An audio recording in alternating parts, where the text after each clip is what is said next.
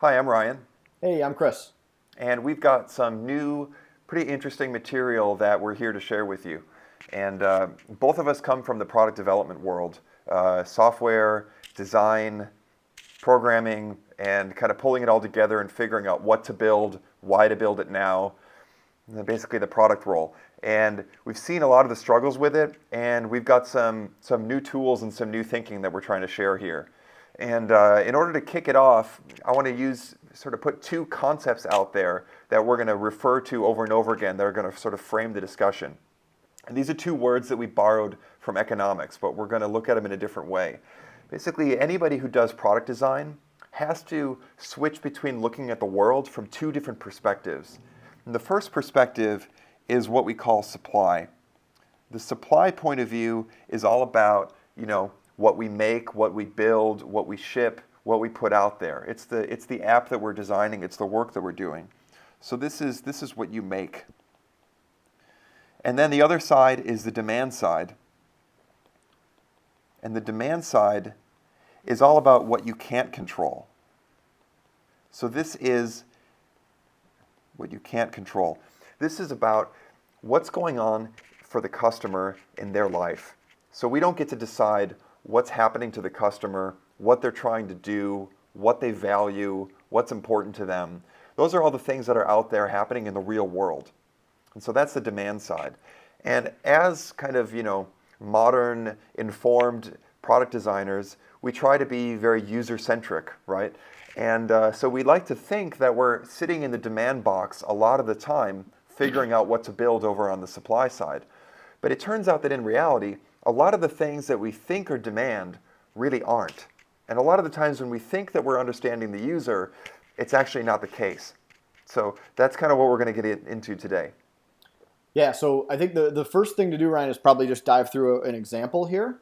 Yeah. And like you said, we feel like this crosses a lot of different disciplines. The UX, the user experience person, the designer, the product manager, the engineer, we're all sort of in situations where we're getting feature requests and different sources of input sort of piled on us, right? And it's prompting us to think about moving the product in different directions and prompting us to think about building different things. And sort of what you and I have gone through over the past couple of months is talking about these things and coming to the realization that a lot of the times we would have a conversation, we get comfortable, like, this is how we define the demand. Okay, let's think about what we're going to build. And then we'd step back from it and say, that's still supply, right? And then we'd look at it a different way. We try to shape it. And it's like, okay, this has got to be demand language. And now we're in a better place to go figure out what to build. And we'd say, no, we're still talking in supply language. So what we've figured out is that oftentimes supply in different forms will masquerade as demand, as strange as this concept sounds. So what we're out to do today is introduce you to sort of this way of thinking and run through a quick example of how to tell the difference and understand the contrast between these two things. So let's do an example. Yeah, so here's an example of a feature request that we've seen. So working on a project management app, and a customer writes support, and they say that they want permissions in the project management app. They want to be able to add a permission so that they can prevent contractors from archiving projects. Okay, so this is the kind of thing where if you get a support request like this, you get a feature request, you say, well, now we have demand for permissions. Customers want permissions, right? And But of course, you never get one feature request, right? I mean, once you open the door to this, it's like the role becomes like, let's bucket these things, which ones are similar. When we look at sort of all the topics that we hear about, what do we hear about the most? And this is when it surfaces, right? We have a lot of customers asking us for permission. So how do we go build this? yeah, every week X customers ask for permissions, so we must have to build it at some point, right? But then what happens is if we look closer at it, we realize that when they ask us for permissions, that's just defining supply. That's just telling us what we should make. And it's really not any different from having somebody who's higher up in the company walking in and saying, okay, in the next cycle, we're going to build permissions and it's going to look like XYZ, right? It's no different from that. So what we want to do is we want to get some kind of a notion of what the demand is, right? Because if permissions is just a supply side idea, well, then what the heck is the demand other than I want it, right? So Here's a way to look at that. The demand is actually a totally different animal. Usually, when we start talking about a feature request, we're just inside of the app. So this is, I'm just going to move this down a little bit. This is the app, and what we'll start talking about is, well, what would it take to build permissions? So we start saying, oh, we'll have a new permissions feature on the admin screen, and that'll be part of the user model and the access model, and you'll see it if you go to the archive screen, and it's going to affect this, that, and the other thing. And we're just talking about the implementation.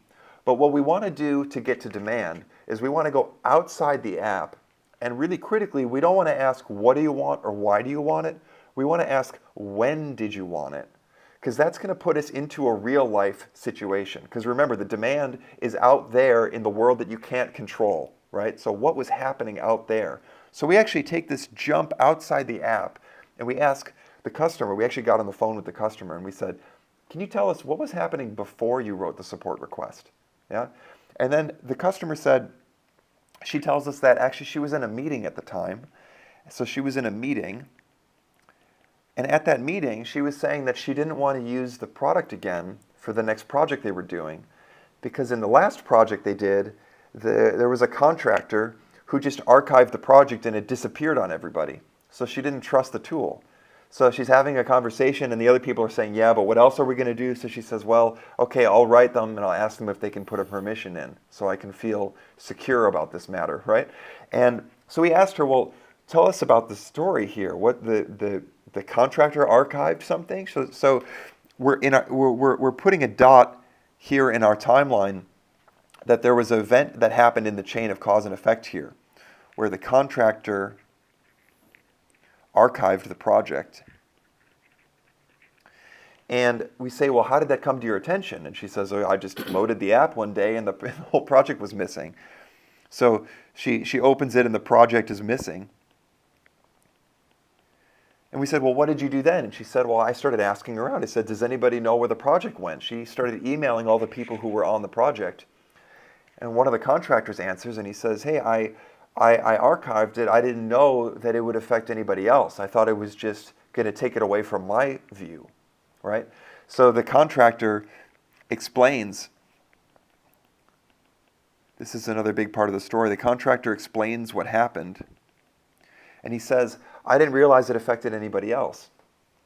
So now we can see, why this happened. Now the meeting comes and she says, come on, people aren't going to realize that if they do things, it affects other people and stuff is just going to disappear on us. This is not stable ground, for us to build on top of.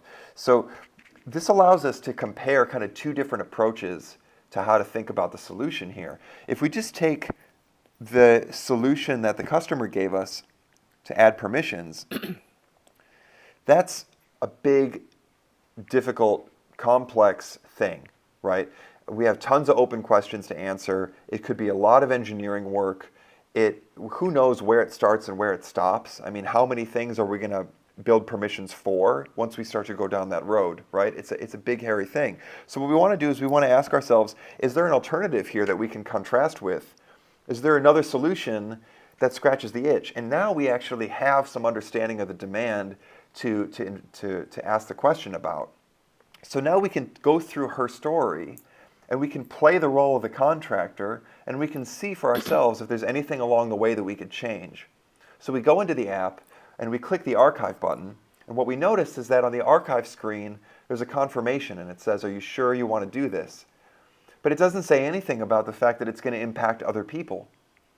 So here we go, all we need to do here is add a message that says, hey, if you do this, these 10 people are all it's going to be archived for these 10 people as well. And we could even show their faces, so it's totally clear this affects other people.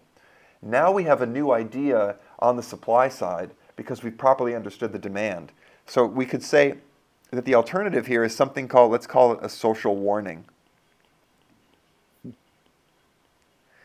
And if we compare this to the permissions idea, I mean, the permissions thing is like 100 times more complicated. The social warning is something that a designer could whip up in an afternoon, probably takes 30 minutes, and do a quick check across devices and commit it, and it could go out in the next release, no problem. Yeah, so this is a big contrast, right? So the one thing I want to point out is when we get back to the roles that we're talking about, it's about managing priority, It's about managing risk, right? So when I compare these two solutions, the risk on the social warning side is so focused and so small. We can find downsides, I'm sure, if we play with it enough, but the impact is so small compared to the bloat that comes in with permissions, having to explain new features. We're taking up screen real estate. If we build it wrong, then we've alienated a bunch of use cases, right? There's so much risk associated with going down the permissions path, in addition to just the cost of building it and documenting it and all that sort of thing. And there's also that feeling you talk about all the time, like the pit of your stomach feeling, Yeah. where if you're building the permissions thing, you're like, oh man, this is like months of work. It's a big bet. It's a big change, and we're gonna have to live with it forever. And the whole time you're kind of like, am I making the right call here? Versus you do the social warning, and it's like, okay, I know exactly why I'm doing it. I know exactly how it changes the story. Like, there's a lot of certainty there. Sure. And it stops it at the beginning, right? If I can keep this from ever happening, then we have a happy user and we don't have this use case at all. The other thing that I'll point out is we talk about getting outside the app. Ryan mentioned a lot of times if we're dealing with feature requests or bug requests, we end up focusing on our interface and saying, okay, how do you use this and when does this issue arise and that sort of thing. And we've highlighted that it's important to get outside the app to understand what led up to this. I just want to point out that this is different than getting outside the app in different ways, because it's very natural for us to want to say, you've asked for permissions. Tell us about the different types of users that you have. All right, I have contractors and I have authors and I have my executive team, that sort of thing. Okay, tell me how big these different teams are.